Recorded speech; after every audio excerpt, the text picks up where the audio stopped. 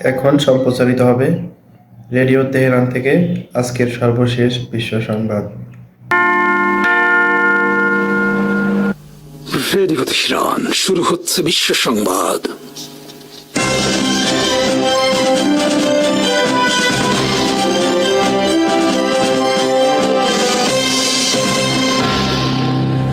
শুরুতেই সংবাদ শিরোনাম। চীন পাকিস্তান ইকোনমিক করিডোরে যুক্ত হলো আফগানিস্তান, চিন্তিত ভারত। পাকিস্তানের সার্বভৌমত্ব রক্ষার প্রতি অঙ্গীকার চীনের। ইসলামাবাদ কাবুল সম্পর্ক উন্নয়নে বেজিং এর উদ্যোগ, উভয় দেশ নিয়োগ দেবে পূর্ণ রাষ্ট্রদূত। নতুন উচ্চতায় চায়না পাকিস্তান আফগানিস্তান সম্পর্ক। পাকিস্তানের সার্বভৌমত্ব রক্ষায় ইসলামাবাদের পাশে থাকার অঙ্গীকার করেছে বেজিং। বুধবার চীনা পররাষ্ট্র মন্ত্রণালয় থেকে জারি করা এক বিবৃতিতে চীনা পররাষ্ট্রমন্ত্রী ওয়াং ই এই অঙ্গীকার করেন। বিবৃতিতে বলা হয়, চায়না পাকিস্তান কৌশলগত অংশীদারিত্ব আরও গভীর করার জন্য কাজ করছে দুই দেশ। দুই দেশের বন্ধুত্বকে আয়রনক্লাড হিসেবে আখ্যায়িত করে চীনের পররাষ্ট্রমন্ত্রী বলেছেন, আঞ্চলিক এবং আন্তর্জাতিক অঙ্গনের শান্তি ও স্থিতিশীলতা রক্ষায় পাকিস্তানের ভূমিকার প্রতি সমর্থন রয়েছে চীনের। চীনা নেতা বলেন, চীন পাকিস্তান ইকোনমিক করিডোর বা সিপিইসি বাস্তবায়নে উভয় দেশের আরও জোরালো ভূমিকা পালন করবে। তিনি বলেন, এখন সিপিইসির একটা উন্নত ভার্সন দরকার। সিপিইসির মাধ্যমে পাকিস্তানের কৃষি, শিল্প, জ্বালানি, খনিজ সম্পদ ও মানব সম্পদ উন্নয়নে উভয় দেশ কাজ করছে বলে জানান ওয়াং ই। এদিকে চীন পাকিস্তান অর্থনৈতিক করিডোরে সংযুক্ত হয়েছে আফগানিস্তান। গত সোমবার বেইজিং সফর করেন পাকিস্তানের পররাষ্ট্রমন্ত্রী ইসহাক দার ও আফগানিস্তানের পররাষ্ট্রমন্ত্রী আমির খান মুত্তাকি। এই সময় তিন দেশের পররাষ্ট্রমন্ত্রী এই বিষয়ে চুক্তি করেন। ত্রিদেশীয় এই চুক্তিকে তিন দেশের অর্থনৈতিক ও নিরাপত্তার জন্য একটি মাইল ফলক হিসেবে আখ্যায়িত করা হয়েছে বেইজিং এর পক্ষ থেকে। বিশ্লেষকদের মতে, চীন পাকিস্তান ইকোনমিক করিডোরের কর্মসূচিতে আফগানিস্তানের অন্তর্ভুক্তি দ্রুতই পাল্টে দেবে গোটা মধ্য এশিয়ার ভূ রাজনীতি ও অর্থনৈতিক চিত্র। কারণ এর মাধ্যমে পাকিস্তান ও আফগানিস্তান হয়ে চীনের বেল্ট অ্যান্ড রোড ইনিশিয়েটিভ প্রকল্পটি যুক্ত হবে ইরান, তুর্কমেনিস্তান সহ গোটা মধ্য এশিয়ায়।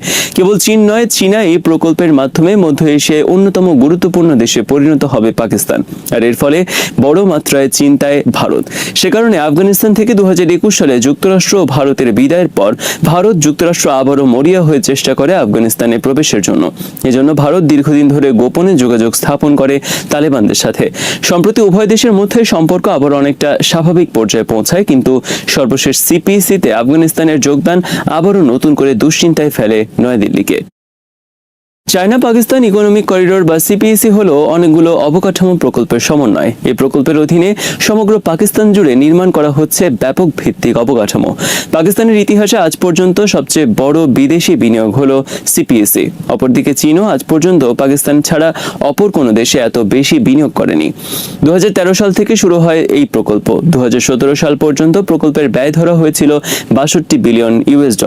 প্রকল্পটির মেয়াদ 2030 সাল পর্যন্ত বৃদ্ধি করে চীনা বিনিয়োগ $90 বিলিয়ন ছাড়িয়ে যাবে।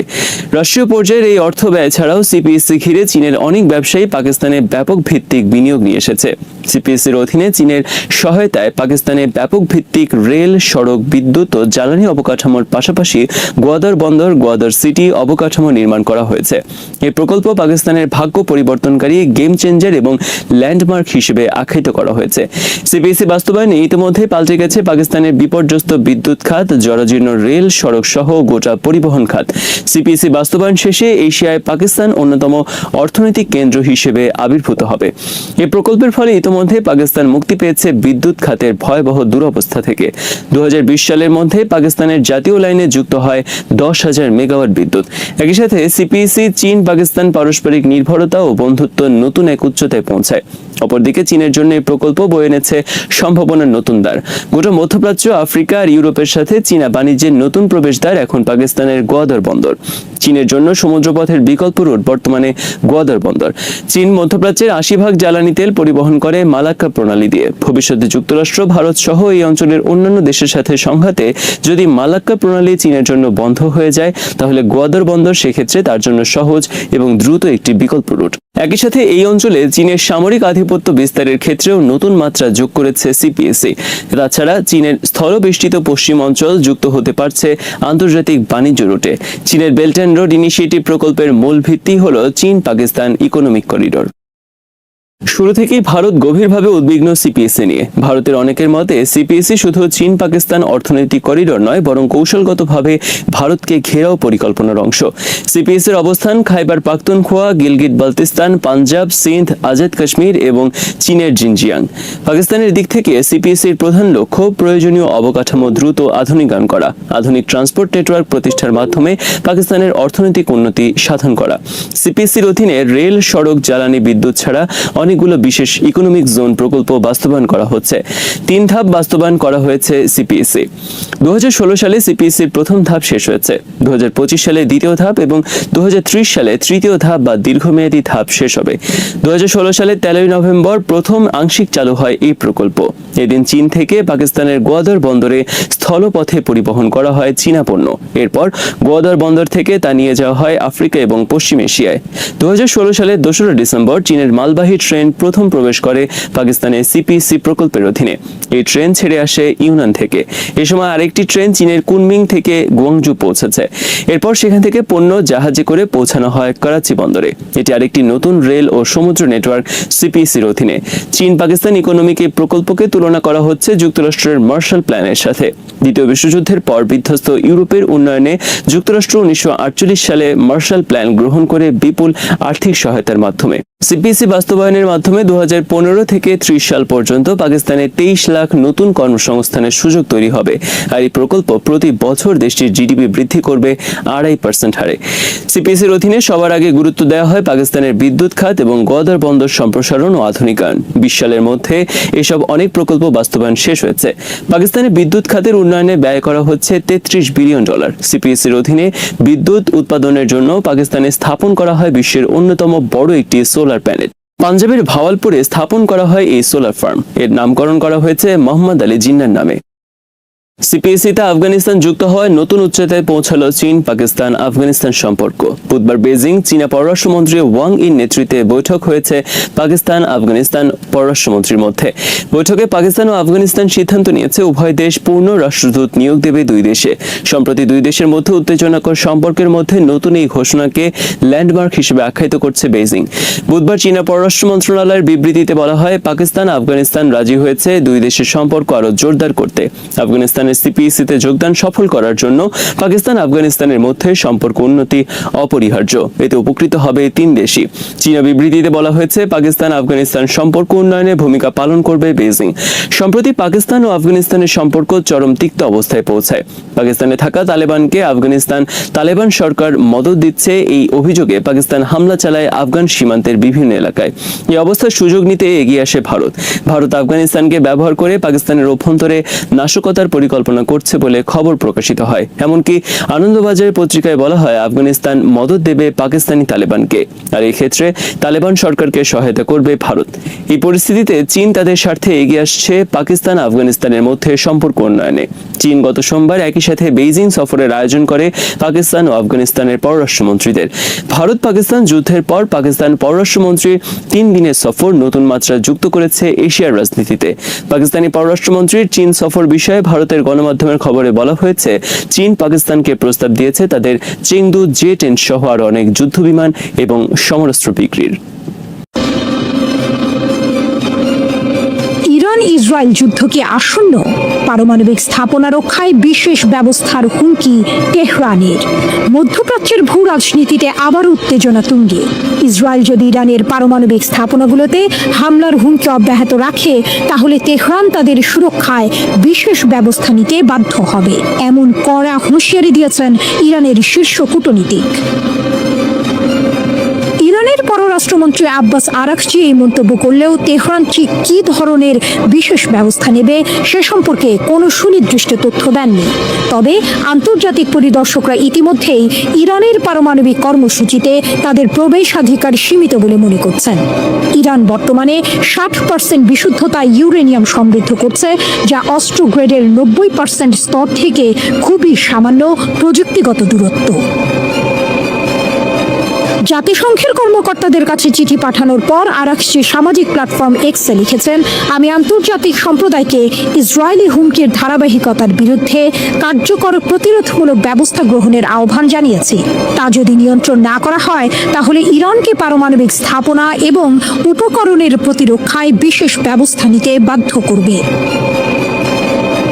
তিনি আরো যোগ করেন, আমাদের পদক্ষেপের প্রকৃতি, বিষয়বস্তু এবং ব্যক্তি এই আন্তর্জাতিক সংস্থাগুলির দ্বারা তাদের বিধিবদ্ধ কর্তব্য এবং বাধ্যবাধকতা অনুসারে গৃহীত প্রতিরোধমূলক ব্যবস্থার সাথে সামঞ্জস্যপূর্ণ এবং সমানুপাতিক হবে। হামলার দায় পড়বে যুক্তরাষ্ট্রের ওপর। জাতিসংঘে ইরানের মিশন পরে আরাকচি চিঠি অনলাইনে পোস্ট করে, যেখানে মার্কিন যুক্তরাষ্ট্রকেও একটি কঠোর সতর্কীকরণ দেওয়া হয়েছিল।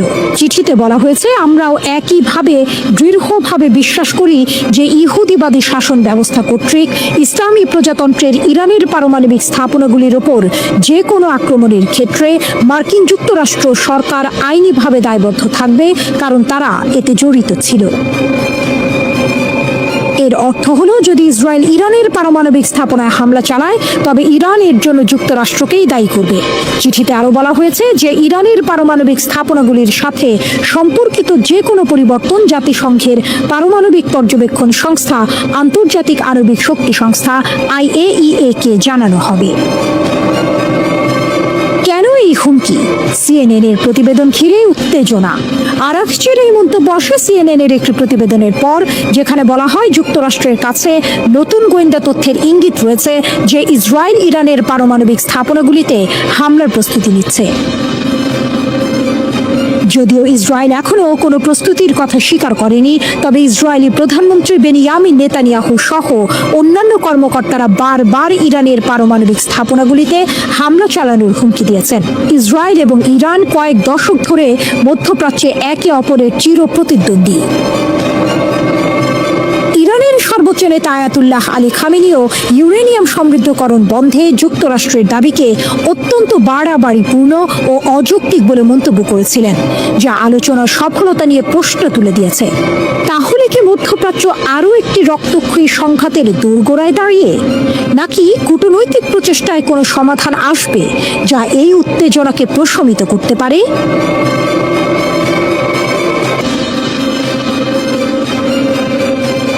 ইসরায়েলি ইরানের গুপ্তচর নেটওয়ার্ক এক নীরব যুদ্ধ। সারা বিশ্ব ইসরায়েলের শক্তিশালী গোয়েন্দা নেটওয়ার্ক যেমন মোসাদ ও সিনবেদ এর খ্যাতি সম্পর্কে ওয়াকিবহাল। তাদের অভিযানে সাফল্য নিয়ে প্রতিনিয়ত খবর ছাপা হয় সংবাদপত্রে, দেখানো হয় টেলিভিশনে, এমনকি নির্মিত হয় চলচ্চিত্র। ইসরায়েলিরা খোলাখুলি তাদের গোয়েন্দা সংস্থার সক্ষমতার গুণগান গেয়ে থাকে, কিন্তু পর্দার আড়ালে ঠিক উল্টো পথে চলছে আরেক যুদ্ধ, ইরানের নীরব ছায়াযুদ্ধ, যা তেল আবিবের হৃৎপিণ্ডে কম্পন ধরিয়ে দিয়েছে। অবাক করার মতো হলেও ইরানের গুপ্তচরদের জালে সয়লাব হয়ে উঠেছে ইসরায়েল, আর এই গুপ্তচর বৃত্তিতে ব্যবহার করা হচ্ছে খোদ ইসরায়েলি নাগরিকদের। সম্প্রতি ইরানের পক্ষে গুপ্তচর বৃত্তির অভিযোগে এক ইসরায়েলি নাগরিককে আটকের ঘটনা সামনে আসতেই এই চাঞ্চল্যকর তথ্য আরও স্পষ্ট হয়েছে। টাইমস অফ ইসরায়েলের প্রতিবেদন অনুযায়ী পুলিশ ও সিনবেতের যৌথ বিবৃতিতে জানানো হয়েছে, 18 বছর বয়সী এক ছাত্র মোশে আত্তিয়াস মধ্য ইসরায়েলের ইয়াভনে শহরে বাস করত। শুধু সরাসরি যোগাযোগই নয়, ইরানের হয়ে বিভিন্ন গোপন মিশনও পরিচালনা করেছে আত্তিয়াস। যৌথ বিবৃতিতে উল্লেখ করা হয়েছে, ইসরায়েলের নিরাপত্তাকে ঝুঁকিতে ফেলতে পারে এমনটা জেনেও আত্তিয়াস এই মিশনে অংশ নিয়েছে, যার প্রধান কারণ ছিল অর্থ উপার্জন। আরও চাঞ্চল্যকর তথ্য হলো, সাবেক ইসরায়েলি প্রধানমন্ত্রী নাফতালি বেনেট যখন হৃৎপিণ্ডের চিকিৎসার জন্য মেডিকেল সেন্টারে ভর্তি ছিলেন, তখন ইরানি অপারেটিভের নির্দেশে এই যুবক হাসপাতালের খুঁটিনাটি তথ্য সরবরাহ করেছে। এছাড়াও আত্তিয়াস আরও কয়েকটি অত্যন্ত গোপন মিশনে অংশ নিয়েছিল। এই ঘটনা প্রমাণ করে ইরানের গোয়েন্দা নেটওয়ার্ক কতটা গভীরে প্রবেশ করতে পেরেছে। সামরিক বাহিনীর ভেতরে অনুপ্রবেশ, আয়রন ডোমের তথ্য পাচার। গাজায় যুদ্ধ শুরুর পর থেকে ইসরায়েলে নিজেদের গোয়েন্দা কার্যক্রম আরও বাড়িয়েছে ইরান। এটি ঠেকাতে বিদেশি এজেন্টদের সঙ্গে যোগাযোগে নাগরিকদের ওপর কঠোর বিধিনিষেধ আরোপ করেছে ইসরায়েলি পুলিশ। এমনকি আজীবন কারাবাসের আইনও প্রণয়ন করা হয়েছে। কিন্তু নেতানিয়াহু সরকার এতে বিন্দুমাত্র সুফল পায়নি। সাধারণ জনগণের পাশাপাশি সামরিক বাহিনীর সদস্যরাও গুপ্তচর বৃত্তিতে জড়িয়ে পড়ছে, যা ইসরায়েলের জন্য এক চরম দুশ্চিন্তার কারণ। গত জানুয়ারিতে দেশটির পুলিশ ও গোয়েন্দা সংস্থা সিনবেত 2 ইসরায়েলি সেনাকে আটক করেছে। অভিযোগ উঠেছে এই 2 সেনা অর্থের বিনিময়ে দীর্ঘদিন ধরে ইরানের পক্ষে গুপ্তচর বৃত্তিতে লিপ্ত ছিল। এদের মধ্যে প্রধান অভিযুক্ত ইউরি এলিয়াস, যিনি ইসরায়েলের অত্যন্ত গুরুত্বপূর্ণ আয়রন ডোম ইউনিটে কর্মরত ছিল। 21 বছর বয়সী এই সেনা ইসরায়েলের বিশেষ আকাশ প্রতিরক্ষা ব্যবস্থাটির তথ্য ইরানি হ্যান্ডলারদের সরবরাহ করছিল। ইউরির কাছ থেকে জব্দ করা হয়েছে বেশ কিছু আলামত, যার মধ্যে এরিয়াল ডিফেন্স সিস্টেমের ভিডিও রয়েছে। ইউরিকে জিজ্ঞাসাবাদের পর জর্জি অ্যান্ড্রেস নামের আরেক সেনাকে আটক করা হয়। ইসরায়েলি গণমাধ্যমের তথ্য অনুযায়ী ইউরি ইরানি এজেন্টদের কাছ থেকে $2,500 পেয়েছিল, আর জর্জিকে দেওয়া হয়েছিল মাত্র $50। এই সামান্য অর্থের লোভে দেশের সবচেয়ে গুরুত্বপূর্ণ সামরিক তথ্যের পাচার ইসরায়েলের জন্য এক বিশাল ধাক্কা। 2024 সালের ডিসেম্বরে ইরানের হয়ে গুপ্তচর বৃত্তির অভিযোগে প্রায় 30 জন ইসরায়েলিকে আটক করা হয়, যাদের মধ্যে বেশিরভাগই ছিল ইহুদি ধর্মাবলম্বী। জিজ্ঞাসাবাদের পর জানা যায় বেশিরভাগ ক্ষেত্রে ছোট ছোট কাজ দেওয়ার মাধ্যমে ইসরায়েলিদের নিয়োগ দেওয়া হতো। ধীরে ধীরে এই ছোট কাজগুলোই গোয়েন্দা তথ্য সংগ্রহ এবং গুপ্ত হত্যার মতো বড় অপরাধে পরিণত হতো। এরও 2 মাস আগে 7 ইসরায়েলিকে আটক করে দেশটির পুলিশ। তাদের বিরুদ্ধে অভিযোগ ছিল নেভাটিম ও রামাত ইয়ারবেসের মতো আইডিএফ এর সামরিক ঘাঁটির তথ্য সংগ্রহ এবং ছবি তুলে তা বিদেশি এজেন্টদের কাছে পাচার করেছে। এর কিছুদিন পরই বিস্ময়করভাবে এই ঘাঁটি দুটিতে হামলা চালায় ইরান ও হিজবুল্লাহ। এই ঘটনাগুলো স্পষ্ট ইঙ্গিত দেয় যে ইরানের গোয়েন্দা নেটওয়ার্ক ইসরায়েলের সামরিক স্থাপনার গভীরেও প্রবেশ করতে সক্ষম। ইরানের বেশ কয়েকটি গোয়েন্দা সংস্থা রয়েছে, যার মধ্যে সবচেয়ে দুর্ধর্ষ হিসেবে পরিচিত কুদস ফোর্স বা ইসলামিক রিভলিউশনারি গার্ড কর্পসের গোয়েন্দা শাখা। ইসরায়েলের অভ্যন্তরে এই ধরনের গভীর অনুপ্রবেশ তেহরানের সক্ষমতার এক নতুন দিক উন্মোচন করছে, যা তেল আবিবের জন্য এক বড় মাথা ব্যথার কারণ হয়ে দাঁড়িয়েছে। ইরান ইসরায়েল উত্তেজনা, পারমাণবিক চুক্তি নিয়ে টানাটানি, সামরিক হুমকি পাল্টা হুমকি। মার্কিন প্রেসিডেন্ট ডোনাল্ড ট্রাম্প ইরানের সাথে নতুন পারমাণবিক চুক্তির পথে এগোচ্ছেন, কিন্তু ইসরায়েলি প্রতিরক্ষা মন্ত্রী ইসরায়েল কাটজ স্পষ্ট করে দিয়েছেন ইরানকে পারমাণবিক শক্তি অর্জন থেকে বিরত রাখতে আমরা প্রস্তুত।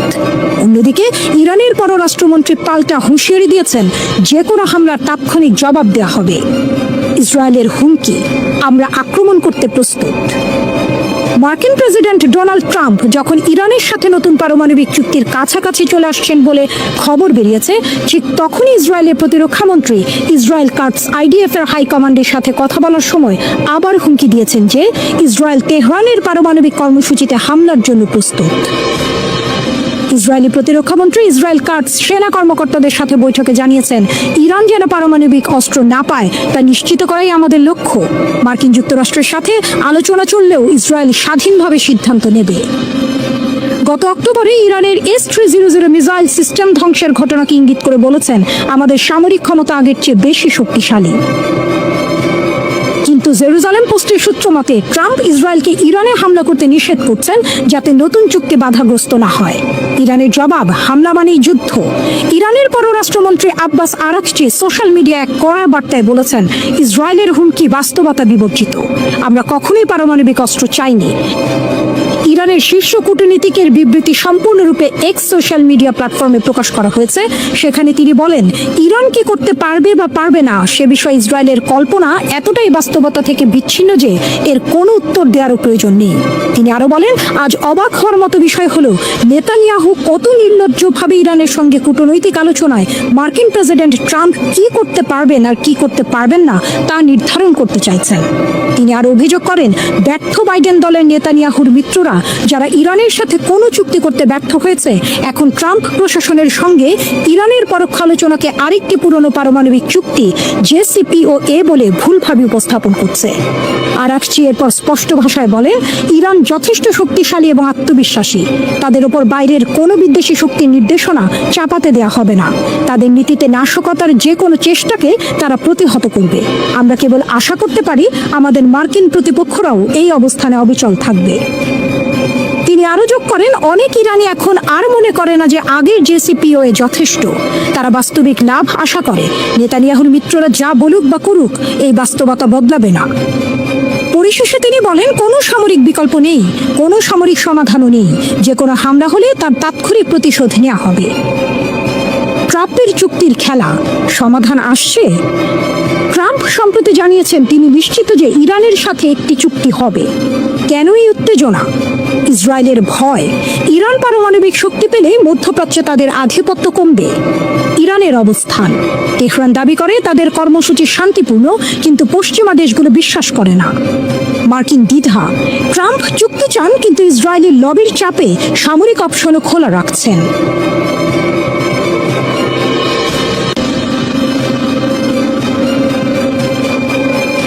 ইসরায়েলি চাপ উপেক্ষা করে দুর্বার গতিতে পারমাণবিক অভিযাত্রায় ইরান এক স্রোতের মতো অবিরাম, এক বজ্রধ্বনির মতো অবিশ্রান্ত।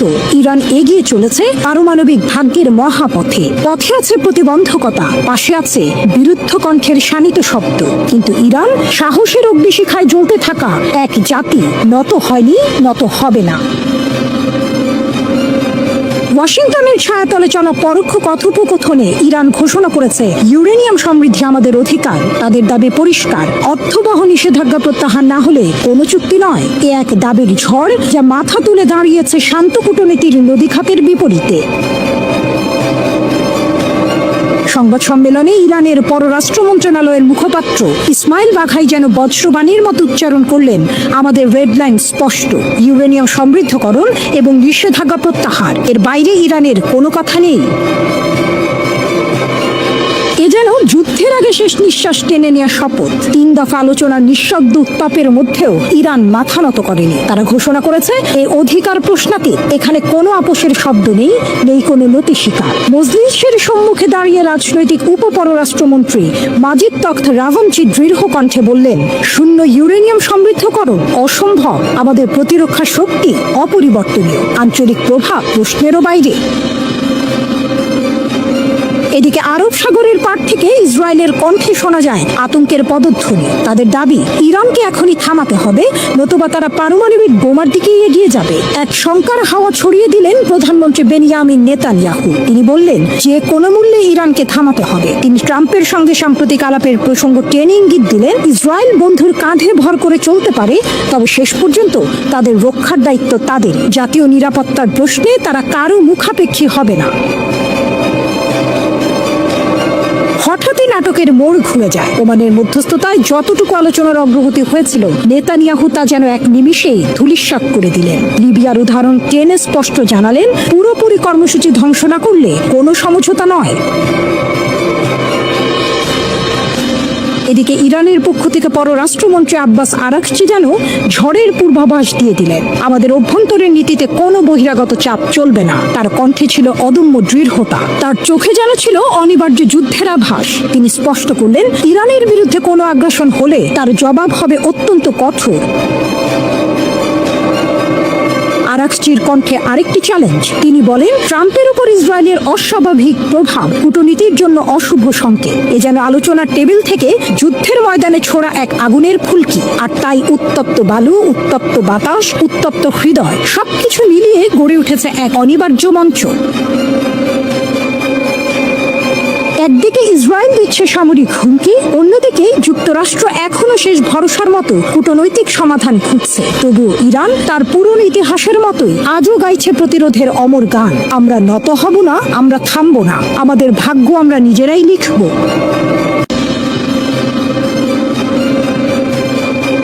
কেন লেজার অস্ত্রে এত আগ্রহী ইরান? পৃথিবীর ভবিষ্যৎ যুদ্ধ কি হবে আলো দিয়ে? ইরান বলছে হ্যাঁ, প্রস্তুতি তাদের শেষ পর্যায়ে। বিশ্ব রাজনীতির মাঠে যখন পারমাণবিক বোমার দূরপাল্লার ক্ষেপণাস্ত্র ঘিরেই সব আলোচনার কেন্দ্রে, তখন ইরান একেবারে নীরবে এক নতুন যুগের সূচনা করছে লেজার অস্ত্র প্রযুক্তিতে। একসময় যেটা ছিল শুধু সায়েন্স ফিকশনের কল্পকথা, সেটা আজ ইরানের বাস্তবতা। আর এই বাস্তবতা শুধু দেশটির প্রতিরক্ষা ব্যবস্থাকে বদলে দিচ্ছে না, বরং গোটা অঞ্চলের কৌশলগত মানচিত্রে ঝড় তুলছে। লেজার অস্ত্র কি? লেজার অর্থাৎ আলো নির্ভর শক্তিশালী অস্ত্র। এর পুরো নাম ডিরেক্টেড এনার্জি ওয়েপন বা AEW। সাধারণ বুলেট বা মিসাইলের মতো নয় এটি। এটা এক ধরনের অত্যন্ত শক্তিশালী ইলেকট্রোম্যাগনেটিক রেডিয়েশন, যা নির্দিষ্ট লক্ষ্যে তাপ সৃষ্টি করে ধাতব বস্তু বা ড্রোনকে গলিয়ে দিতে পারে। গোলা বারুদের প্রয়োজন হয় না, শত্রু কিছু বুঝে ওঠার আগে আঘাত হানে অত্যন্ত নিঃশব্দে, নিখুঁতভাবে, অত্যন্ত দ্রুত, শব্দ ছাড়াই। এই প্রযুক্তিতে ব্যবহার করা হয় অত্যাধুনিক সেন্সর, কৃত্রিম বুদ্ধিমত্তা, সলিড স্টেট ফাইবার লেজার, বিম কম্বাইনিং সিস্টেম ও স্বয়ংক্রিয় ফায়ার কন্ট্রোল। খরচ কম, কার্যকারিতা বেশি, আর এতেই ইরানের আগ্রহ বেড়েছে বহুগুণ। ইরানের যাত্রা কোথা থেকে? ইরান লেজার প্রযুক্তিতে যাত্রা শুরু করে অনেক আগে, 1970-এর দশকে। তখন দেশটির পারমাণবিক শক্তি সংস্থার অধীনে গড়ে তোলা হয় লেজার গবেষণা কেন্দ্র। শুরু হয় গ্যাস লেজার, সেমিকন্ডাক্টর লেজার এবং ইন্ডাস্ট্রিয়াল লেজার নিয়ে গবেষণা। সময়ের সঙ্গে সঙ্গে তাদের অগ্রগতি অব্যাহত থাকে। 2017 সালে প্রথমবার আন্তর্জাতিক প্রদর্শনীতে অংশ নেয় ইরান। 2020 সালে সফলভাবে পরীক্ষা করে 10 কিলোওয়াট ক্ষমতা সম্পন্ন লেজার অস্ত্র। আর 2022 সালে তারা পরীক্ষা করে বিনা নামের এক লেজার নিয়ন্ত্রিত ক্ষেপণাস্ত্র। এতে বোঝা যায় ইরান শুধু প্রতিরক্ষা নয়, আক্রমণেও লেজার প্রযুক্তিকে সংযুক্ত করছে। সাইলেন্ট হান্টার ও সুরুজ, দুইটি লেজার প্রতিরক্ষা সিস্টেম ইরানের গর্ব। সাইলেন্ট হান্টার ও সুরুজ। সাইলেন্ট হান্টার তৈরি হয়েছে চীনের পলি টেকনোলজিসের সঙ্গে যৌথভাবে। এর শক্তি 20 থেকে 30 কিলোওয়াট এবং 2 থেকে 4 কিলোমিটার পর্যন্ত কার্যকর। মূলত ছোট ড্রোন, নজরদারি UAV ও FPV ড্রোন ধ্বংসে ব্যবহৃত হয়। এটিতে রয়েছে AESA radar, optical tracking sensor এবং নিঃশব্দ হামলার ক্ষমতা। অন্যদিকে সুরুজ সম্পূর্ণভাবে ইরানের তৈরি নিজস্ব প্রতিরক্ষা ব্যবস্থা। জানুয়ারি 2025-এ প্রথমবারের মতো এক বিশাল সামরিক মহড়ায় এটি ব্যবহৃত হয়। মূল লক্ষ্য ছিল আকাশপথে শত্রু ড্রোন ও ক্ষেপণাস্ত্র ধ্বংস করে সংবেদনশীল অবকাঠামো রক্ষা। সুবিধা কি, সীমাবদ্ধতা কোথায়? এই অস্ত্রের প্রধান সুবিধা হলো অত্যন্ত দ্রুত প্রতিক্রিয়ার সময় না দিয়েই ধ্বংস করে ফেলে লক্ষ্যবস্তু। গোলা বারুদের দরকার নেই, ফলে খরচও অনেক কম। শব্দহীন, ফলে হঠাৎ আক্রমণের সুবিধা। একবার চার্জে অনেকবার ফায়ার করা যায়, পুনরায় লোডের দরকার পড়ে না। তবে সীমাবদ্ধতাও আছে।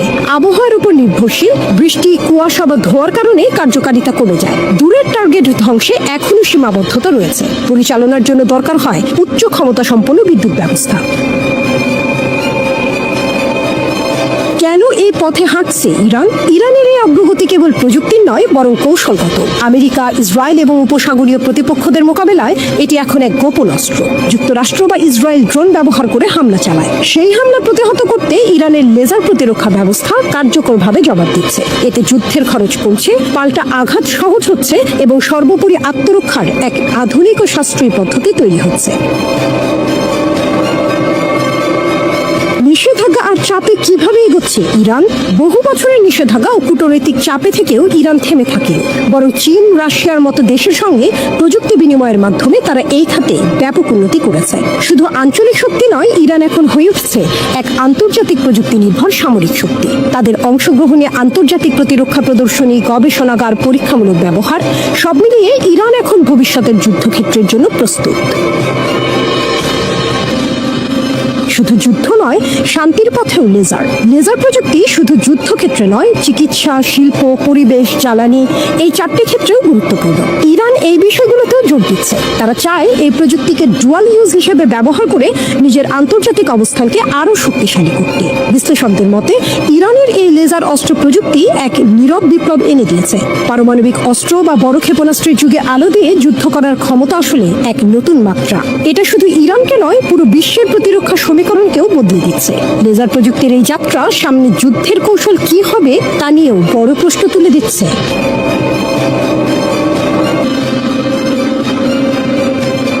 মধ্যপ্রাচ্যের উত্তপ্ত বালুকণায় যখন সূর্যাস্ত যায় তখন রক্তিম আলোয় জেগে ওঠে এক প্রশ্ন, এই অঞ্চলে কি কখনো শান্তি আসবে, নাকি প্রতিবারই নতুন যুদ্ধের অঙ্কুরে শাসন করবে আগুন? ইতিহাস তার চেনা পথে হাঁটছে।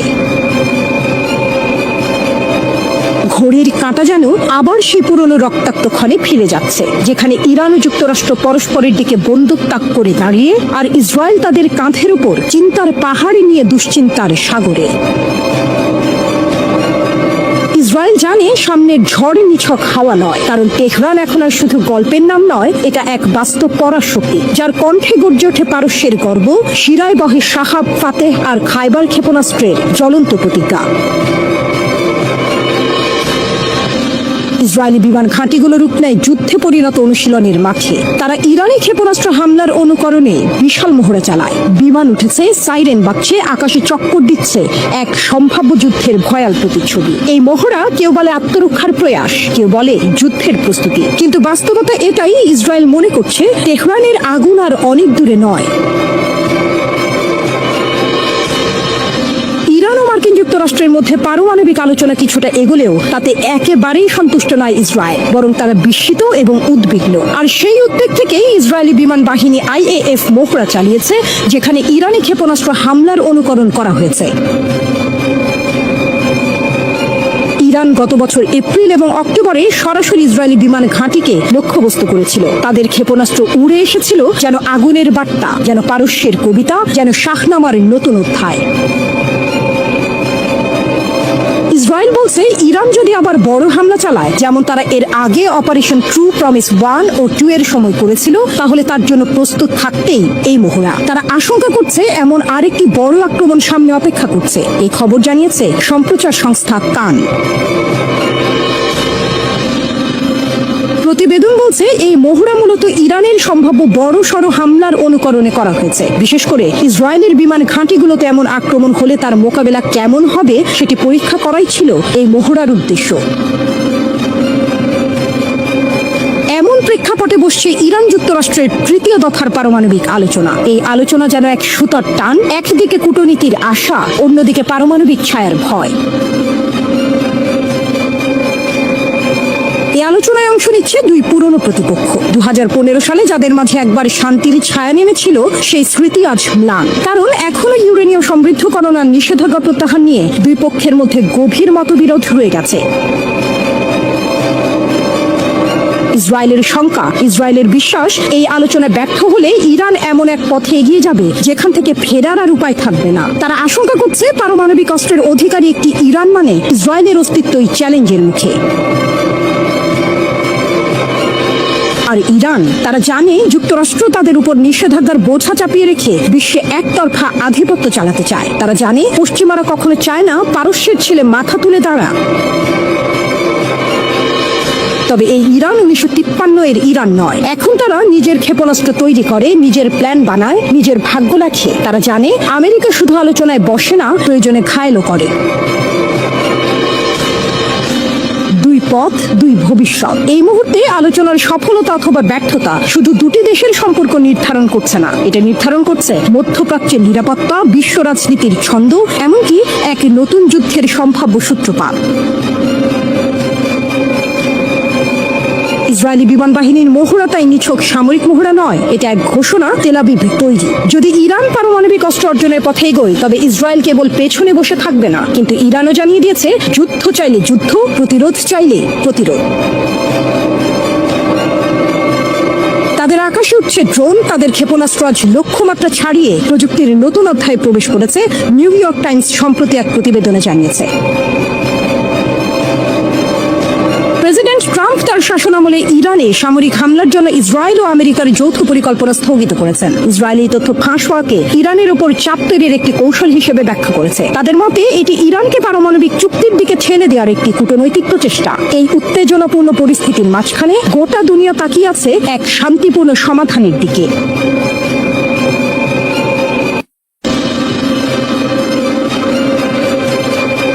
ঘড়ির কাঁটায় এগোয় ধ্বংসের দিকে। ইরানের পরমাণু কেন্দ্রে হামলার ছক, কিন্তু তেহরানের হৃদয় তপ্ত আগ্নেয়গিরি।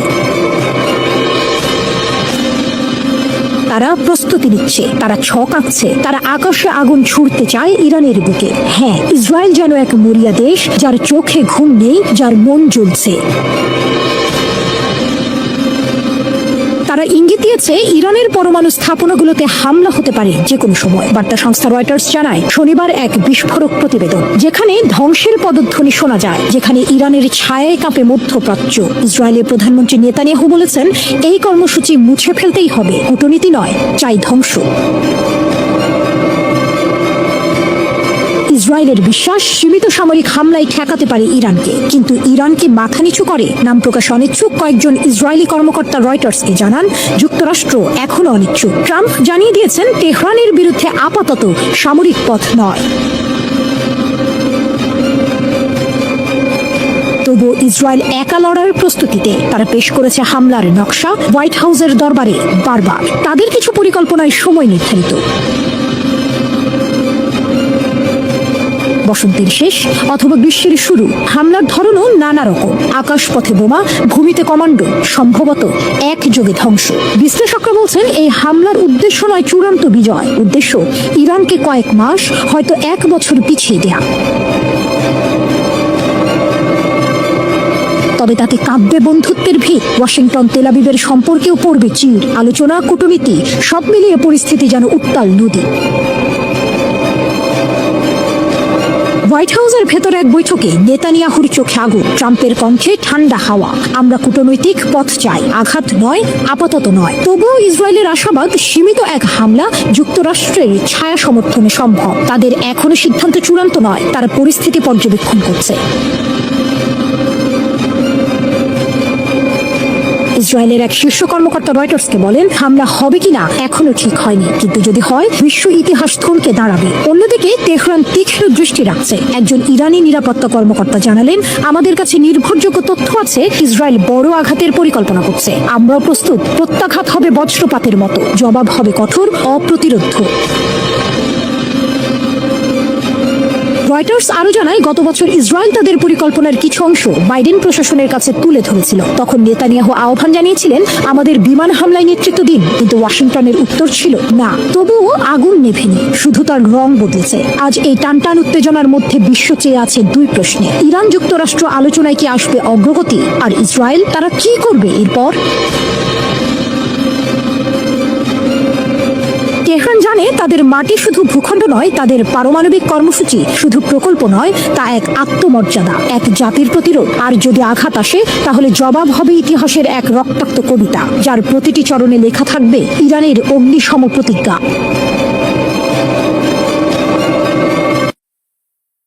পাষণ্ড ইসরায়েলের পাশে এখন কেউ নেই, যে পশ্চিমাদের সমর্থন নিয়ে তারা গণহত্যামূলক যুদ্ধকে জায়েজ করার চেষ্টা করেছিলেন। তারা ইহুদিবাদী প্রধানমন্ত্রী বেনিয়ামিন নেতানিয়াহুর বিরুদ্ধে স্পষ্ট অবস্থান নিয়েছেন। যুক্তরাষ্ট্রের অভ্যন্তরীণ রাজনীতিতে ইহুদিবাদী প্রভাবের কারণে মার্কিন প্রশাসন ইসরায়েলকে মদদ দিয়ে গেলেও সম্প্রতি প্রেসিডেন্ট ডোনাল্ড ট্রাম্পের বিভিন্ন মন্তব্য ও আচরণে মনে হয়েছে তিনি নেতানিয়াহুর পাশ থেকে বেশ খানিকটা সরে এসেছেন। অন্যদিকে ফিলিস্তিনিদের পক্ষে বড় কিছু উদ্যোগ দেখা গেছে মুসলিম দেশগুলোর পক্ষ থেকে। এমন অবস্থায় গাজার প্রতিরোধ যোদ্ধারাও লড়ে যাচ্ছেন। ফিলিস্তিনের সমর্থনে ইসরায়েলের নিয়মিত আঘাত হানছে ইয়েমেনের হুথি আনসারুল্লাহ। তাদের হাইপারসনিক ব্যালিস্টিক ক্ষেপণাস্ত্র হামলায় ইসরায়েলের বেন গুরিয়ন বিমানবন্দর ও এইলাত বন্দর কার্যত অচল হতে চলেছে হাইফা বন্দরও।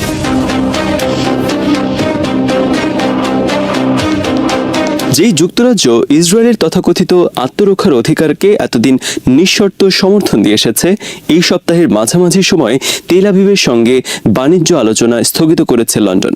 একই সঙ্গে দখলীকৃত পশ্চিম তীরে বসতি স্থাপনকারীদের ওপর নিষেধাজ্ঞা দিয়েছে দেশটি।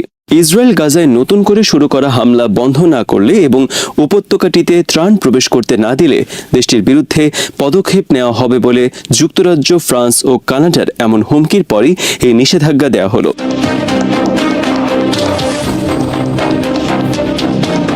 5 মে থেকে গাজায় নতুন করে অভিযান শুরু করেছে ইসরায়েল। বেনিয়ামিন নেতানিয়াহু বলেছেন, পুরো গাজার নিয়ন্ত্রণ নেওয়ার পরিকল্পনা করছে তার সরকার। এই প্রেক্ষাপটে যুক্তরাজ্যের পররাষ্ট্রমন্ত্রী ডেভিড ল্যামি বলেন 2023 সালের 7ই অক্টোবর হামাসের এই হামলার পর ইসরায়েলের আত্মরক্ষার অধিকারকে সমর্থন দিয়েছিল যুক্তরাজ্য। তবে এই সংঘাত এখন এক কালো অধ্যায়ে প্রবেশ করেছে।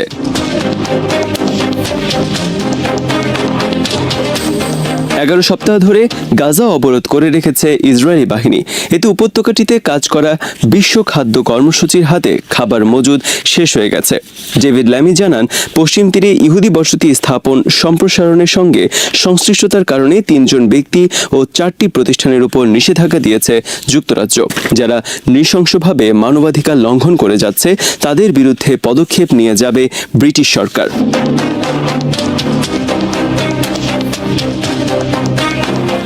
এর আগের দিন গাজায় যুদ্ধ সম্প্রসারণের বিরোধিতা করে ইসরায়েলকে কড়া বার্তা দেয় যুক্তরাজ্য, কানাডা ও ফ্রান্স।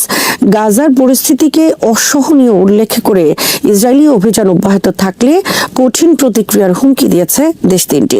এক যৌথ বিবৃতিতে তারা বলেন, ইসরায়েল যদি হামলা অব্যাহত রাখে এবং মানবিক সহায়তা প্রবেশে বাধা দেয় তবে তারা নিষেধাজ্ঞা আরোপের মতো কঠোর ব্যবস্থা নেবেন। ফ্রান্সের প্রেসিডেন্ট ইমানুয়েল ম্যাক্রো বলেন, গাজার মানবিক পরিস্থিতি এখন অসহনীয়। তিনি দ্বিরাষ্ট্রভিত্তিক সমাধানের কথা তুলে ধরে জানান, 18 জুন নিউ ইয়র্কে ফিলিস্তিন রাষ্ট্র নিয়ে আয়োজিত আন্তর্জাতিক সম্মেলনে বিষয়টি প্রাধান্য পাবে। গাজার বাসিন্দাদের পাশে দৃঢ়ভাবে দাঁড়িয়েছেন ব্রিটিশ প্রধানমন্ত্রী কিয়ার স্টারমার। তিনি বলেছেন, আমরা গাজার মানুষকে অনাহারে থাকতে দিতে পারি না। স্টারমার বলেন, গাজায় নিরপরাধ শিশুদের উপর চলমান বোমাবর্ষণ এবং মানবিক বিপর্যয় এখন এমন পর্যায়ে পৌঁছেছে যা সহ্য করা যায় না। এ সপ্তাহে ব্রিটিশ পার্লামেন্টে ইউরোপীয় ইউনিয়নের সঙ্গে ব্রিটেনের পুনর্গঠন চুক্তি নিয়ে বক্তব্য রাখতে গিয়ে তিনি বলেন, গাজার ভয়াবহ পরিস্থিতি নিয়ে আমি কিছু বলতে চাই। নিরীহ শিশুদের উপর বারবার বোমাবর্ষণ এটি একেবারেই অসহনীয়। তিনি বলেন, পশ্চিম তীরে বসতি স্থাপন বন্ধে যুক্তরাজ্যের অবস্থান আগের মতোই কঠোর রয়েছে। একই সঙ্গে গাজায় মানবিক সহায়তা অনেক গুণ বাড়ানোর দাবিও পুনর্ব্যক্ত করেন তিনি।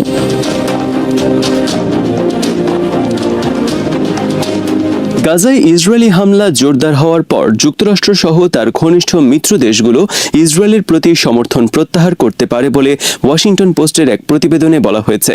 এতে বলা হয়, ট্রাম্প প্রশাসন বেনিয়ামিন নেতানিয়াহুর সরকারকে সতর্ক করেছে, গাজায় যুদ্ধ শেষ করতে ব্যর্থ হলে ওয়াশিংটন তেল আবিবকে আর সমর্থন দেবে না। আলোচনার সঙ্গে সংশ্লিষ্ট নাম প্রকাশে অনিচ্ছুক সূত্রের বরাত দিয়ে সংবাদপত্রটি জানিয়েছে, ট্রাম্পের প্রতিনিধিরা ইসরায়েলকে জানিয়েছেন, যুদ্ধ শেষ না করলে যুক্তরাষ্ট্র ইসরায়েলকে পরিত্যাগ করবে। হোয়াইট হাউসের প্রেস সেক্রেটারি ক্যারোলিন লেভিট বলেন, প্রেসিডেন্ট ট্রাম্প চান গাজা যুদ্ধের অবসান হোক।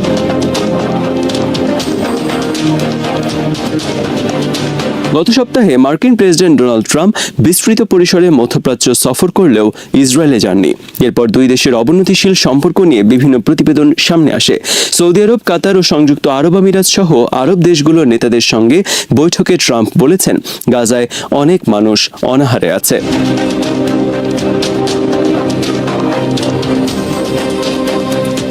মার্কিন সংবাদ মাধ্যম এক্সিওস জানিয়েছে, যুদ্ধ এখনো চালিয়ে যাওয়ায় বেনিয়ামিন নেতানিয়াহুর উপর ক্ষুব্ধ হয়েছেন ডোনাল্ড ট্রাম্প। তিনি তার সহযোগীদের জানিয়েছেন, নেতানিয়াহুকে যেন বলা হয় তিনি যেন অবিলম্বে এই যুদ্ধ বন্ধ করেন। মার্কিন প্রেসিডেন্টের দপ্তর হোয়াইট হাউসের 2 জন কর্মকর্তার বরাতে এ সপ্তাহে এসব তথ্য জানিয়েছে এক্সিওস। ওই কর্মকর্তারা বলেছেন, গাজার শিশু ও সাধারণ মানুষ যে দুর্ভোগের মধ্যে পড়েছেন তার ছবি দেখে ট্রাম্প হতাশ হয়েছেন। এক্সিওস বলেছে, এতে করে মার্কিন প্রেসিডেন্ট ও ইসরায়েলি প্রধানমন্ত্রীর মধ্যে মতপার্থক্য স্পষ্টভাবে ফুটে উঠেছে।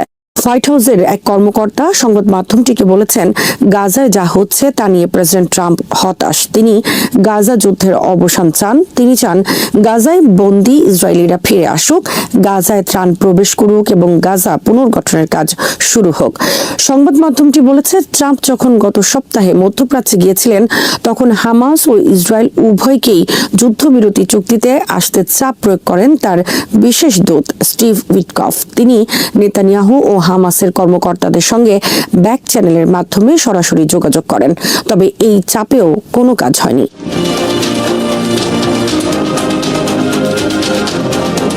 ইসরায়েল গাজা উপত্যকা নিয়ন্ত্রণে নেয়ার মতো পদক্ষেপ নিলে তা আন্তর্জাতিক আইনের গুরুতর লঙ্ঘন হবে বলে জানিয়েছেন সুইডেনের পররাষ্ট্রমন্ত্রী মারিয়া মালমার স্টেনগার্ড। ইসরায়েলকে তিনি গাজায় মানবিক সহায়তা পুনরায় চালু করার অনুমতি দেওয়ার আহ্বান জানান। 2014 সাল থেকে ফিলিস্তিনি রাষ্ট্রকে স্বীকৃতি দিয়ে আসা দেশটির পররাষ্ট্রমন্ত্রী বলেন, গাজা ভূখণ্ড পরিবর্তন কিংবা হ্রাস করা যাবে না। এই বিষয়ে সুইডেনের অবস্থান সুদৃঢ়। এই কথাও বলেছে ফিনল্যান্ডও।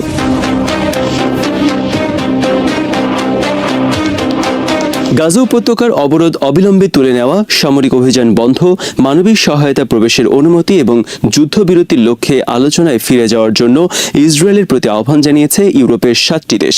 এক যৌথ বিবৃতিতে আইসল্যান্ড, লুক্সেমবার্গ, স্পেন, স্লোভানিয়া, মাল্টা, নরওয়ে ও স্পেনের নেতারা এই আহ্বান জানান। তারা বলেন, ইসরায়েল যেন অবিলম্বে গাজার অবরোধ তুলে নেয়, সামরিক অভিযান বন্ধ করে, আন্তর্জাতিক মানবিক সহায়তা গাজায় প্রবেশ করতে দেয় এবং হামাসের সঙ্গে পরোক্ষ যুদ্ধবিরতির আলোচনায় ফিরে যায়।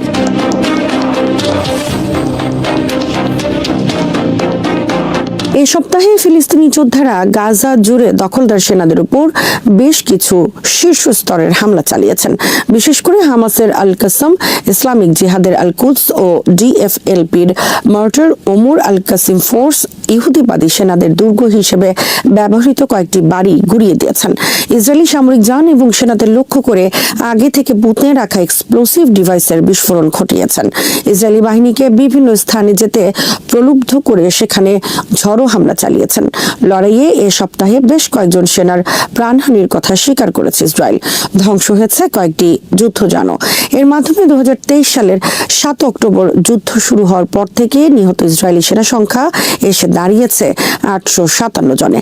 ফিলিস্তিনি প্রতিরোধ সংগঠনগুলোর হিসাবে এর আসল সংখ্যা বহুগুণ বেশি।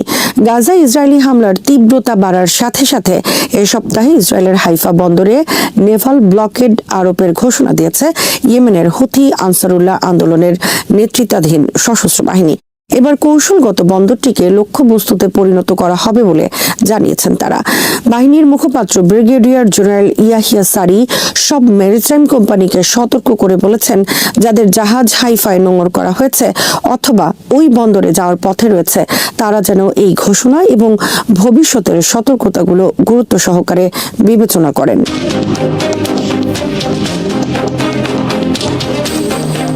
ইয়েমেনের সামরিক হামলায় এইলাত নামে পরিচিত ইসরায়েলের উম্মে আল রাশরাশ বন্দর কার্যত অচল হওয়ার পর ইয়েমেনের তরফ থেকে নতুন অবরোধের ঘোষণা এলো। ব্রিগেডিয়ার সারি নিশ্চিত করেন, ইয়েমেনি সামরিক বাহিনী ফিলিস্তিনি জনগণ এবং তাদের প্রতিরোধের সমর্থনে আরও কঠোর পদক্ষেপ নিতে দ্বিধাবোধ করবে না। এদিকে ইসরায়েলের বেন গুরিয়ন বিমানবন্দরের ফ্লাইট আবারও চালু করার বিরুদ্ধে আন্তর্জাতিক বিমান সংস্থাগুলোকে কঠোরভাবে সতর্ক করে ইয়েমেন বলেছে, এই ধরনের যে কোনো পদক্ষেপ ইয়েমেনের সশস্ত্র বাহিনীর জারি করা সতর্কতার লঙ্ঘন বলে বিবেচিত হবে।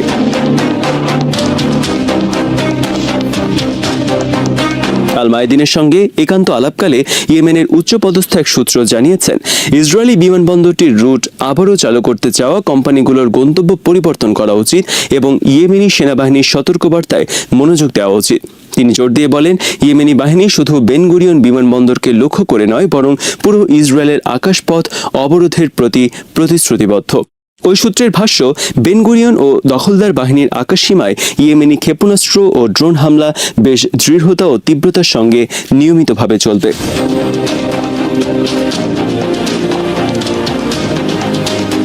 এই সপ্তাহে ইসরায়েলে বেশ কয়েকবার আঘাত হানেন ইয়েমেনের যোদ্ধারা। তাদের নেতৃত্বাধীন সশস্ত্র বাহিনীর হামলার পর ইসরায়েলের প্রধান শহরগুলো সহ বিভিন্ন এলাকার বসতি স্থাপনকারীদের জরুরি ভিত্তিতে আশ্রয় কেন্দ্রে যাওয়ার নির্দেশ দেওয়া হয়। ইসরায়েলি মিডিয়া বলেছে, সপ্তাহের শুরুতে বেশ কয়েকটি বিস্ফোরণের শব্দে কেঁপেছে মধ্য ইসরায়েল। হামলার কারণে তেল আবিব, জেরুজালেম ও নেতানিয়া সহ বিভিন্ন স্থানে সাইরেন বাজতে থাকে। ইহুদিবাদীরা আরব শীর্ষ সম্মেলনের কণ্ঠস্বর না শোনায়, তাদের আহ্বানে মনোযোগ না দেয়ায় এই হামলা চালানো হয় বলে জানান তিনি। আমির বলেন, দখলদাররা আরব কণ্ঠস্বর শোনেনি, এখন ইসরায়েলের গভীরে বিস্ফোরণের শব্দ প্রতিধ্বনিত হচ্ছে। কিভাবে বর্বর শাসকদের কানে শব্দ পৌঁছতে হয় তা আল্লাহর ইয়েমেনি বান্দারা ভালোই জানেন। ইসরায়েলি সম্প্রচার মাধ্যম চ্যানেল 12 জানিয়েছে, ইয়েমেন থেকে ছোড়া ক্ষেপণাস্ত্রের কারণে ইসরায়েলের বেন গুরিয়ন আন্তর্জাতিক বিমানবন্দরে উড়োজাহাজের ওঠানামা সাময়িকভাবে বন্ধ করে দেওয়া হয়েছে। এটি ইসরায়েলের প্রধান ও সবচেয়ে ব্যস্ত আন্তর্জাতিক বিমানবন্দর।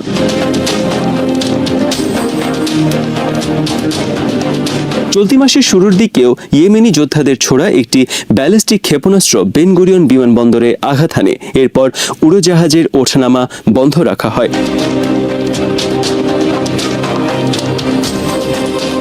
ইরাকের রাজধানী বাগদাদে এই সপ্তাহে অনুষ্ঠিত আরব লীগের সম্মেলনে ইসরায়েলি আগ্রাসনে বিধ্বস্ত গাজা পুনর্গঠনের প্রতিশ্রুতি দেওয়া হয়েছে।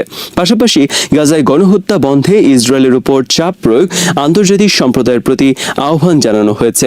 সম্মেলনে জাতিসংঘ মহাসচিব অ্যান্টনিও গুতেরেস বলেন, আমরা গাজার জনগণের যে কোনো ধরনের বাস্তুচ্যুতিকে প্রত্যাখ্যান করছি। তাছাড়া ইসরায়েলের স্থল অভিযান সম্প্রসারণ এবং আরও কিছু করার পরিকল্পনার খবরে আমি উদ্বিগ্ন।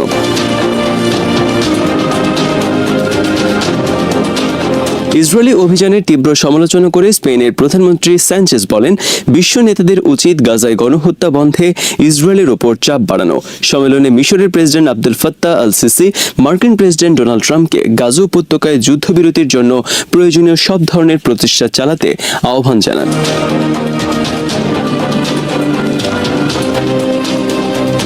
স্পষ্টত ইসরায়েলের পাশ থেকে সরে এসেছেন বিশ্ব নেতারা। ইতিহাসের ধারাবাহিকতায় ইহুদিবাদী নৃশংসতার যে দৃশ্য বিশ্ব দেখছে, তাদের আত্মরক্ষার অধিকারের বয়ান আর কাজ করছে না। ইহুদিবাদী বর্বরতার অবসান হবে, ফিলিস্তিনি শিশুরা আবার হেসে খেলে গাজাকে মাতিয়ে রাখবে। এখন এই প্রত্যাশা মানবিক বিশ্বের। শ্রোতা বন্ধুরা, বিশ্ব সংবাদে এই ছিল আমাদের সর্বশেষ আয়োজন। সঙ্গে থাকার জন্য আপনাদের সবাইকে অসংখ্য ধন্যবাদ। এতক্ষণ যারা আমাদের সংবাদটি শুনলেন, সবাইকে অসংখ্য ধন্যবাদ। আমাদের নিয়মিত ভিউয়ার যারা আছেন, তাদের 82% ভিউয়ার্স এখনও আমাদের চ্যানেলটি সাবস্ক্রাইব করেননি। সো যারা আমাদের চ্যানেলটি এখনও সাবস্ক্রাইব করেননি, দয়া করে সাবস্ক্রাইব করে দিন এবং নিয়মিত আমাদের পাশে থাকবেন আশা করি। ধন্যবাদ সবাইকে।